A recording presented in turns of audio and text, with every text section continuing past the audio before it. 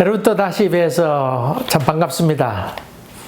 여러분 같이 이렇게 성경 말씀을 나눈다고 하는 것이 참 즐거움입니다. 여러분도 이 시간 통해서 하나님께서 원하는 마음이 무엇인지를 볼 수 있는 귀한 기회가 되길 간절히 바랍니다. 오늘 우리에게 주신 말씀은 창세기 1장 26절입니다.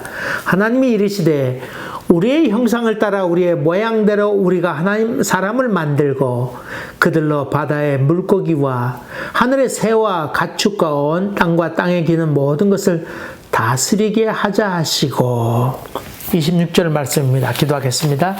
은혜로우신 주님, 우리의 귀를 열어주셔서 하나님 말씀이 우리 귀를 통해서 가슴 깊이 마음판에 새겨지는 귀한 시간 되도록 도와주시옵소서. 예수님 이름으로 기도하옵나이다.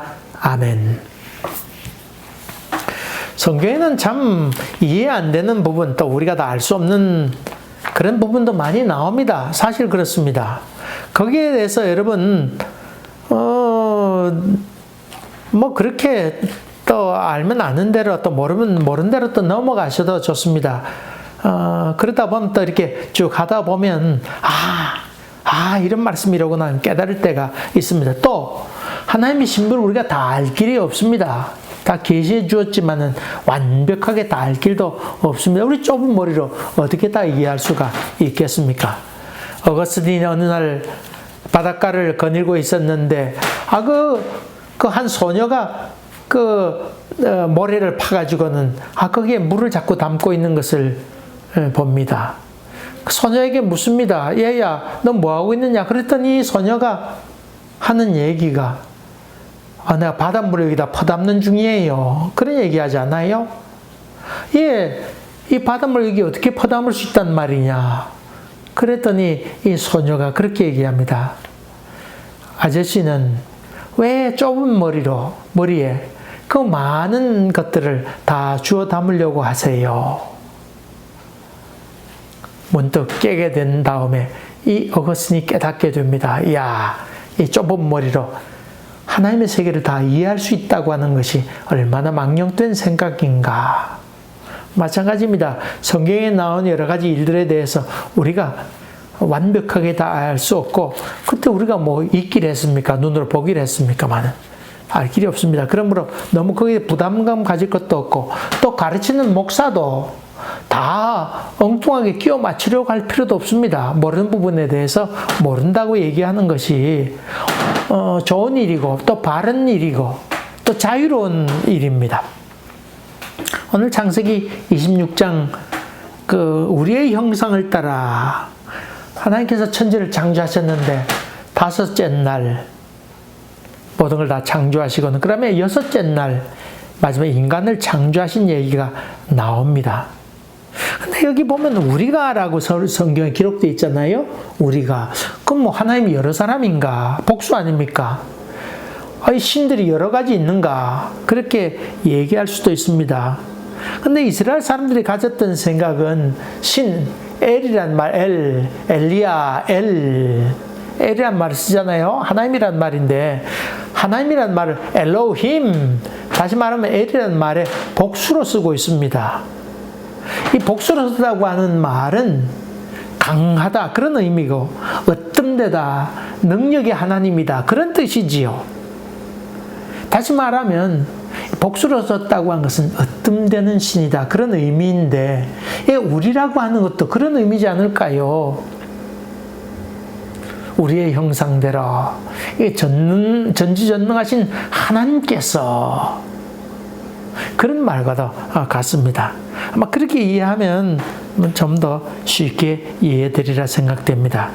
그런데 하나님께서 인간을 만드실 때 하나님의 형상대로 만드셨다, 그렇게 얘기합니다.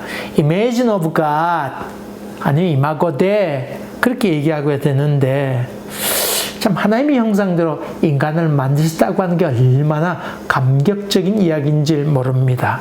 뭐 뒤에 계속해서 인간 창조에 관한 얘기를 다음 주 이렇게 계속해서 말씀드리겠습니다만은, 하나님의 모습이 어떤 모습일까? 여러분 아마 그렇게 궁금하지 않습니까? 흔히 하나님의 모습에 대해서 인간과 같다 그렇게 얘기하는 사람도 있는데 과연 그럴까요? 근데 하나님 형체가 없잖아요. 형체가 없어요. 또 하나님을 본 사람 다 죽었다고 생각했으니까 음성을 들은 경우도 있지만은 그러나 직접 하나님의 모습을 본 사람은 없습니다. 여러분 하나님을 본 적 있습니까? 하나님 봤다는 사람은 이단이거나 아니면 죽었거나 둘 중에 하나일 겁니다. 여러분 하나님의 음성 들은 적 있습니까? 저는 한동안 이 하나님의 음성 들은 것 때문에 한동안 참 어려움을 많이 받았습니다. 사실 저는 하나님 음성을 들은 적이 없었습니다. 성경을 통해서 성경 읽으면 이야 이런 말씀이로구나 그 가슴에 그냥 새겨지는 그런 체험도 하고 말씀이 성경에서 튀어오르는 그런 경험도 했습니다마는 정말 하나님 음성을 들은 적은 사실 없습니다.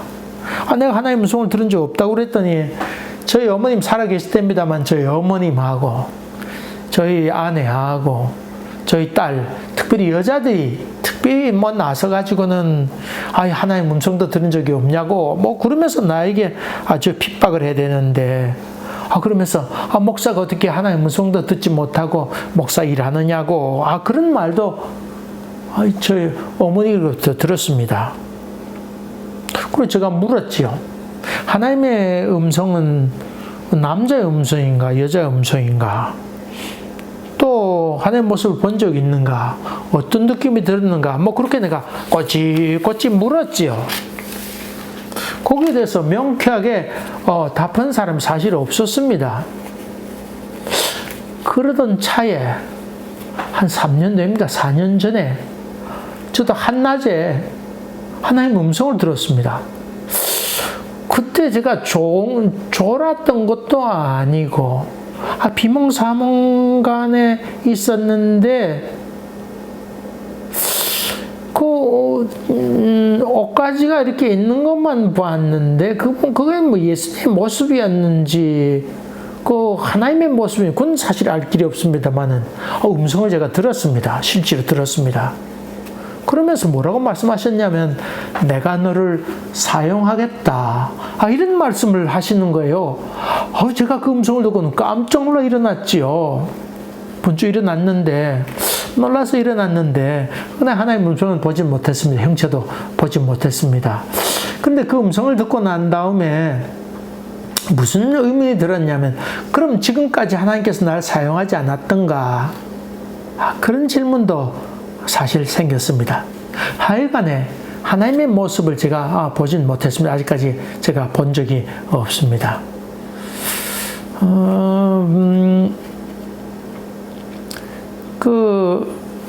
여러 해 전에 저희 동생하고 제 동생하고 그 아버지 산소에 갔던 적이 있습니다.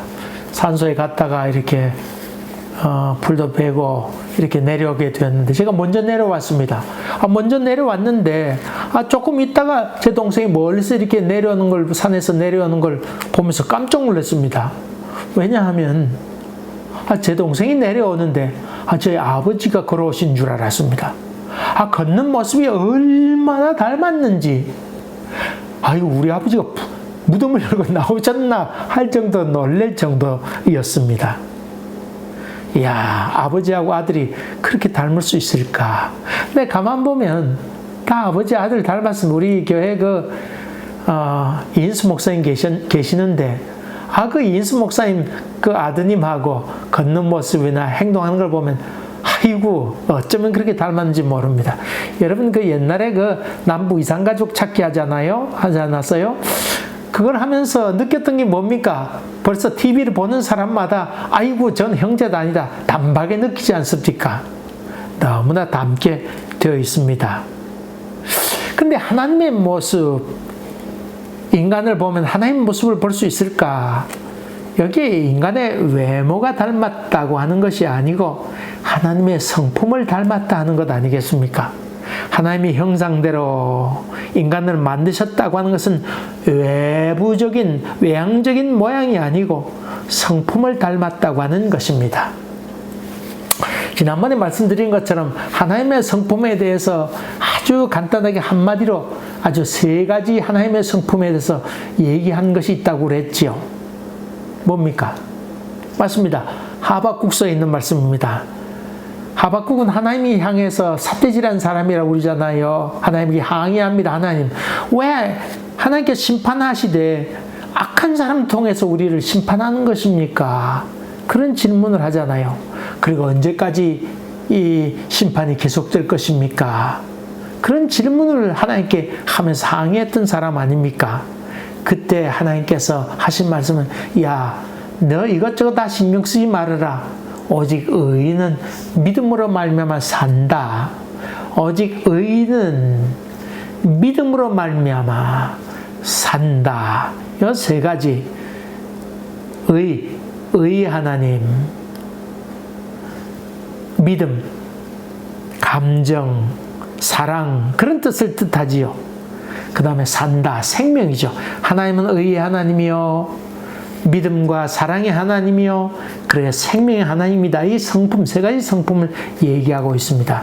인간에게는 지정의가 있는데 바로 인간 속에 있는 지정의가 있듯이 우리의 믿는 하나님도 바로 지정의가 있어서 지식도 있고 감정도 있고 그리고 의지가 있어서 이런 것들이 우리에게도 있는데 하나님께로부터 온 성품이다. 그것을 얘기하고 있지요. 그러면서 하나님의 그 성품 가운데 의와 믿음과 생명, 이게 참으로 중요한 것이다. 인간의 타락으로 인해서 하나님의 성품을 다 잃어버렸습니다마는 원래는 우리가 하나님의 성품을 갖고 태어난 존재인 것을 봅니다. 찬송가 가운데에 그런 찬송이 있죠. 이 벌레 같은 날 위하여 주더라 가셨네. 이 벌레 같은 날 위해. 여러분 이 찬송 부를 때마다 여러분 어떤 생각을 갖습니까? 이 우리가 하나님 성품을 닮았는데 어떻게 이 벌레 같은 날 위해 이렇게 부를 수가 있는가? 사실 이 찬송가는 찬송가에 들어가야 될지 아니면 빼야 될지 논란이 있었던 찬송가 가운데 하나입니다. 벌레 같은 날 위해. 성경엔 하나님이 항상 닮았다고 그랬는데 어떻게 벌레 같다고 얘기할 수 있는 것인가? 그것 때문에 논란이 되기도 했었습니다. 근데 어떻게 찬송가 협의회에서 해석했느냐 하면 벌레라고 하는 것은 탈바꿈하는 존재가 아닌가. 다시 말하면 예수 그리스도로 말미암아 탈바꿈될 수 있는 존재이다. 그렇게 해석을 해서 찬송가 가운데 넣었습니다. 제 견해로는 우리가 은혜를 받게 되면 야, 내가 이렇게 몹쓸 죄인이로구나. 내가 벌레만도 못한 존재이구나 하는 것을 깊이 느끼게 되는 것 아닙니까? 여러분 그런 경험 다 하지 않았습니까? 처음 예수 믿을 때야 아이고 참 예수님 좋구나 하지만은 정말 조금 더 한 걸음 더 들어가고 조금 더 들어갈수록 우리의 죄성에 대해서 깊이 느끼게 되지 않습니까? 아마 그런 의미에서 그런 고백으로 이 벌레 같은 날 위하여 주더라 하셨네. 그렇게 찬송가 가사를 쓰지 아니었을까? 그렇게 생각합니다. 여러분 찬송가 복음성가 가운데 우리는 사랑받기 위해 태어난 사람, 이게 뭐 믿는 사람이든 믿지 않는 사람이든 그런 사람들에 의해서 많이 불려지는 곡이 되었습니다만은 저는 이 찬송 그렇게 많이 좋아하는 것 아닙니다. 마치 우리가 대단한 존재가 되어서 하나님께서 우리를 구원하지 아니하면 안 될 그런 존재처럼 착각하게 만드는 곡이기도 합니다. 우리가 이만큼 대단한 존재인데 하나님께서 우리를 구원하지 않을 수 있겠는가? 이런 착각을 들게 하는 그런 찬송이기도 합니다. 하나님께서 태초에 만들 때는 하나님 형상답게 그렇게 만들었습니다마는 타락한 이후에 인간의 모습이라고 하는 것은 그렇지 아니합니다. 사랑받을 만한 존재여서가 아니고 사랑받을 수 없는 존재임에도 불구하고 하나님께서 십자가에 달려 예수 그리스도를 죽게 하심으로 말미암아 우리에게 은혜를 베풀고 그런 말미암아 우리가 하나님의 귀한 존재가 되었다고 하는 것을 얘기하고 있죠. 그래서 우리는 사랑받기 위해 태어난 사람, 그 찬송도 조심스럽게 불러야 됩니다. 원래 인간의 모습이라고 하는 것은 하나님의 성품을 닮았습니다. 특별히 하나님의 성품을 닮았다고 하는 그 의미는 인간 가운데 선한 의지가 있다. 그런 의미가 더욱더 깊이 있습니다. 남을 도우려고 하는 마음, 거짓을 미워하는 마음, 또 어려움 당한 사람을 도우려고 하는 동정하는 마음, 또 불쌍히 여기는 마음, 이런 것들도 다 이 하나님께서 나온 마음이라 그런 말입니다. 선한 사마리아 사람이 있습니다. 갈 길이 멉니다마는 그러나 강도 만난 사람을 보고는 깊은 동정을 느끼게 되고 이웃이 누구인지를 보게 됩니다. 그리고 이가 사마리아 사람임에도 불구하고 인간 대접받지 못하는 사람임에도 불구하고 그는 기꺼이 자비를 베풀고 지극한 사랑으로 그를 돌보고 그가 또 자기 갈 길을 가면서도 여관집 주인에게 얘기하기를 만약 돈이 부족하면 내가 오는 길에 갚겠습니다. 참 그런 모습을 바라보면서 야, 하나님께서 우리를 만들 때 원래 모습은 이런 모습이었구나. 지극한 사랑의 모습, 그것을 우리에게 말하고 있구나. 얼마 전에 그 코로나 바이러스로 인해서 어려움을 겪고 있는데 그 백신을 만들어야 될 것 아닙니까? 특별히 가나다 같은 경우에는 미국과 달리 미국에서 다 실험해 본 후에 1년 정도 걸리면 이 가나다에서는 한 2년 정도 더 엄합니다. 법이 더 엄해서 부작용이 없을 때라야 국민들이 또 시민들이 사용할 수 있도록 그렇게 합니다. 그래서 가나다는 약이 좋기로는 유명합니다. 근데요, 얼마 전에 코로나 바이러스 백신 만드는 일에 있어서 이 실험해야 될 것 아닙니까? 부작용이 커지게 되면 병은 나았지만 그 부작용으로 인해서 어려움 겪을 것 아닙니까? 그래서 이 백신을 사람에게 테스트를 해야 되는데 그 어떤 분이 유럽인지 미국인지 알 길이 없습니다만 뭐라고 그랬냐면 아프리카 사람들에게 백신 실험을 하겠다. 그런 얘기를 해서 발칵 뒤집힌 적이 있습니다. 여러분, 인간이 타락해도 어떻게 그럴 수 있는 것입니까? 참 인간이 얼마나 악한 것입니까?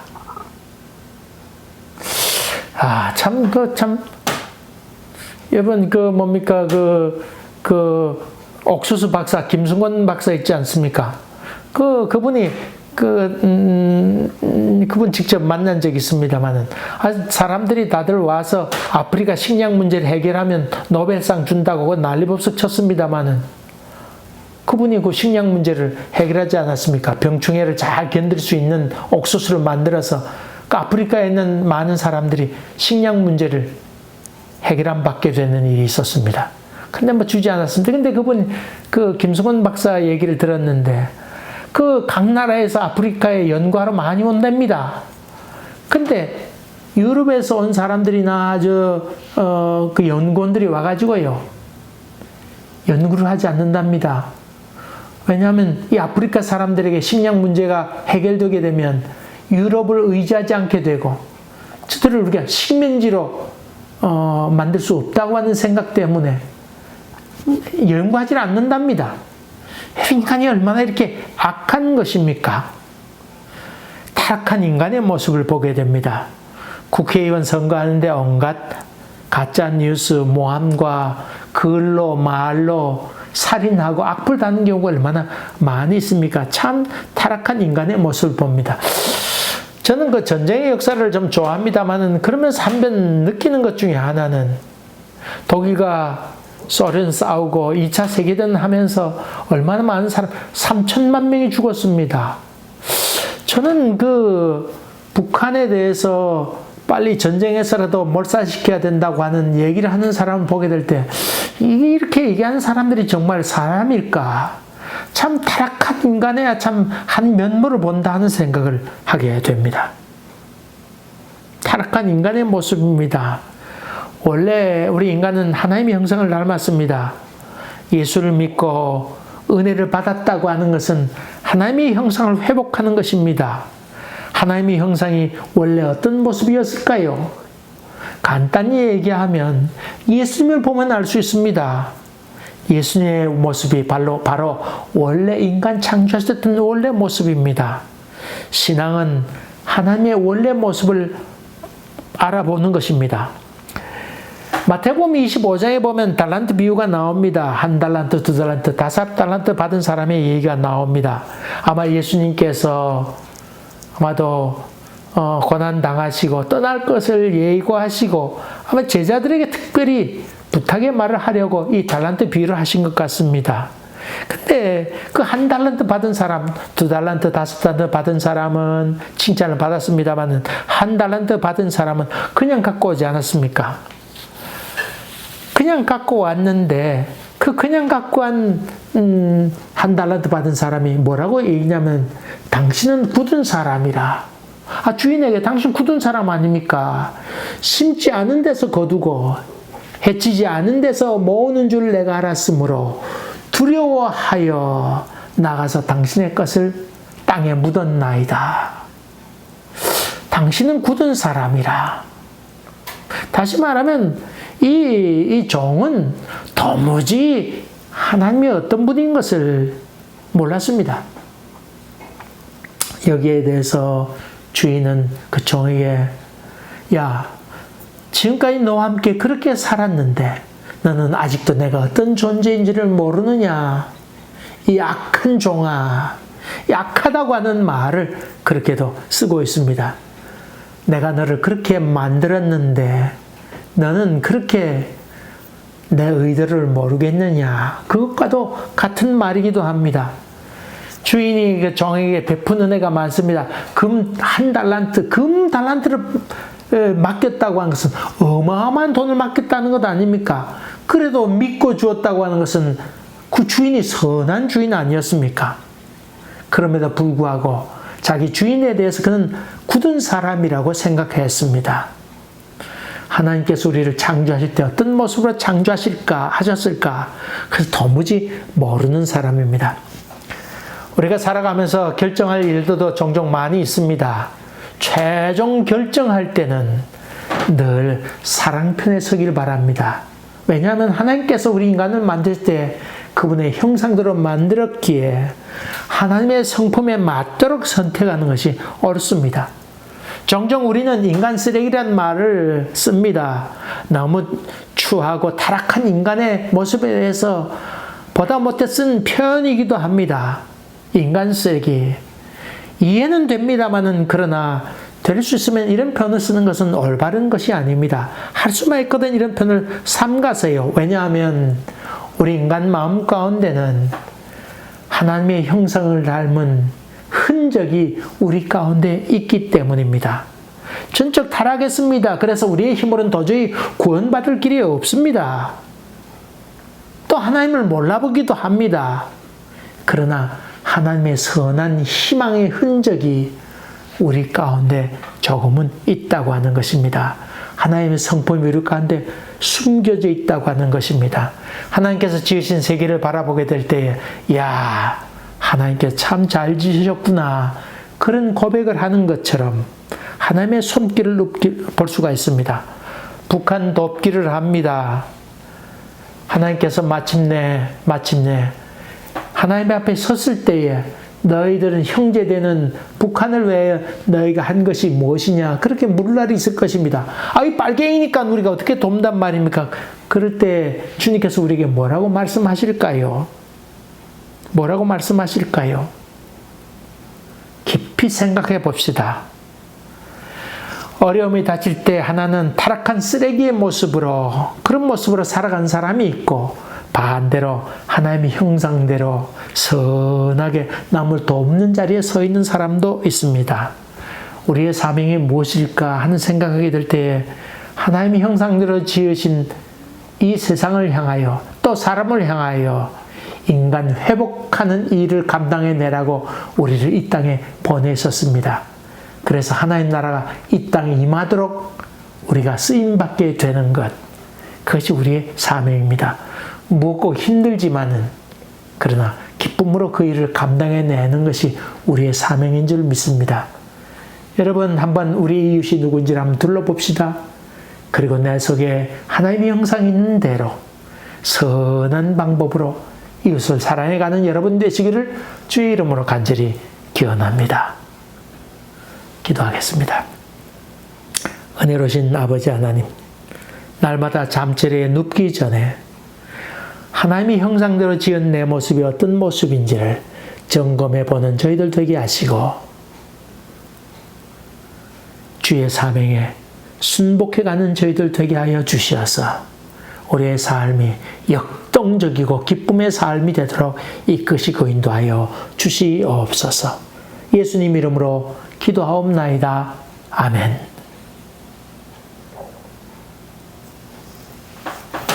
감사합니다. 또 주일날 뵙겠습니다. 감사합니다.